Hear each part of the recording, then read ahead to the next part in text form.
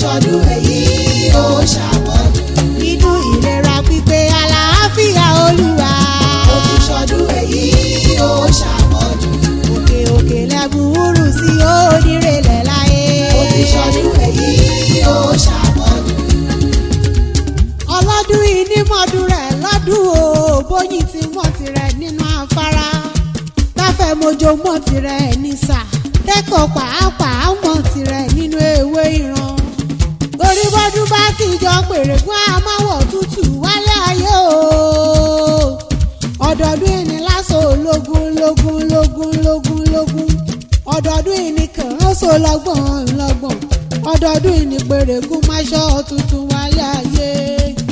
Ọdọọdún yìí làárọ̀ yẹ o, ọdọọdún yìí làárọ̀ òru. Òní ọjọ́ yìí keje oṣù kejì ọdún 2023 ìlọ́pà àádọ́ta ọdún géré tí Adéníkẹ́ Christina Adébáyọ̀ Ọdẹlẹ Ayémi. Kádá ní ìwáyé jẹ́ òtẹ́lẹ̀ yìí pẹ́ o, kó o fọwọ́ pawú kó o tún fèrègì jòbì nínú àṣẹ ìrọ̀rùn lórúkọ lọ́rùn ọba. Ìyá Emmanuel kọ́ ọba wọn fi ìrọ̀rùn lólé ayé pẹ́. Ìyá Bísọ́lá o, ìyá Bísádé, ìyá Ìbejì èjìrẹ́ aráyé ìṣokùn ẹ̀dúnjọ́ bí. Ọmọ ẹ̀dùn tí ṣe eré orí igi, ọ̀bẹ kì í ṣì gbẹ́kẹ́ṣẹ́. Ó bẹ́ sílẹ̀ alákìsà, ó ṣàlákìsà àdó nígbà aṣọ. Ó ní báwọn ké oníṣòro lórúkọ lọ́rùn ọba. Wọn ṣàdédé wá o, olóríire tó lọ́jọ́ òní. Olúbùnmi Títílọpẹ́, Olúbùkọ́lá Ọpẹ́yẹmí àti Monírètí lọ́rọ̀ mi wá bí. Wọ́n ní kí n wá báwọn ṣàfihàn fáráyé pé aláyèrè onínúure ni wọ́n ṣe nínú ayé bí. Àbùkù oníkan lórúkọ lọ́rùn ọba. Adéníkẹ́ o, Adéníkẹ́ Christina Adébáyọ̀ Adániwáyé ìlódìrí ẹwà fákùkọ rẹ̀ tẹ́ lógbé. Ọmọ ẹ̀ṣọ́ ọ̀rúta ègìrì òkè, ẹ̀ṣọ́ ọ̀rúta ègìrì òkè, ọmọ ẹ̀ṣọ́ ọ̀rúta mẹ́rùn wẹsẹ̀, ọmọ ègìrì òkè arógùn ṣe bí ẹ̀gà, ọmọ olókè lílákè igi mọ́tò láyà ni wọ́n ń po kílé àwọn bàbá rẹ̀. Ọmọ ògún léwúrò, ọmọ aláyẹ̀rẹ̀ ọ̀pẹ̀lẹ̀kẹ̀, ayẹ̀rẹ̀ṣẹ̀ inú ọmọ olúro ó fòkè àyàgbọ́fà, ayẹ̀rẹ̀ṣẹ̀ inú ọmọ olúro ó mú kẹtì ọ̀rá gbórin.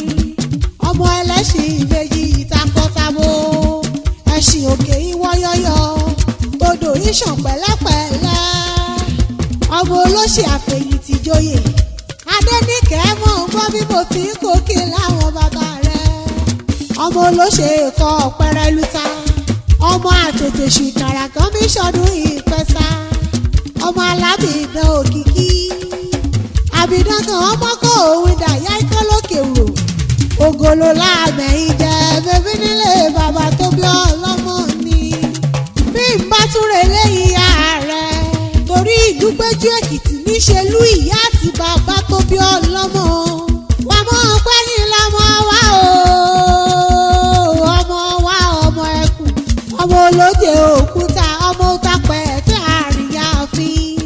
Ọmọ olóṣè kọlà kòrósẹ̀ta, ọmọ olóṣè kọ pẹrẹluta, ọmọ àṣà orí òkúta epo, ọmọ ọlọ́yẹ́lẹ́pọ̀ kọmúrọ̀ Ìjẹ̀fún ni wọ́n po kílé ọlọ́kọ̀ tó wà ọwáyé. Àbọ̀ ọmọ gbẹ́wọ̀ lọmọ amọ́nà ọ̀dẹ̀ ọyẹ́ ọ̀hán nílé ìyá tó bí ọlọ́mọ. Olùkọ́lù ọmọ lóore lódò ọ̀dẹ̀ kọ́ yẹ́jọ́ bàtà ọ̀rá ọ̀tá.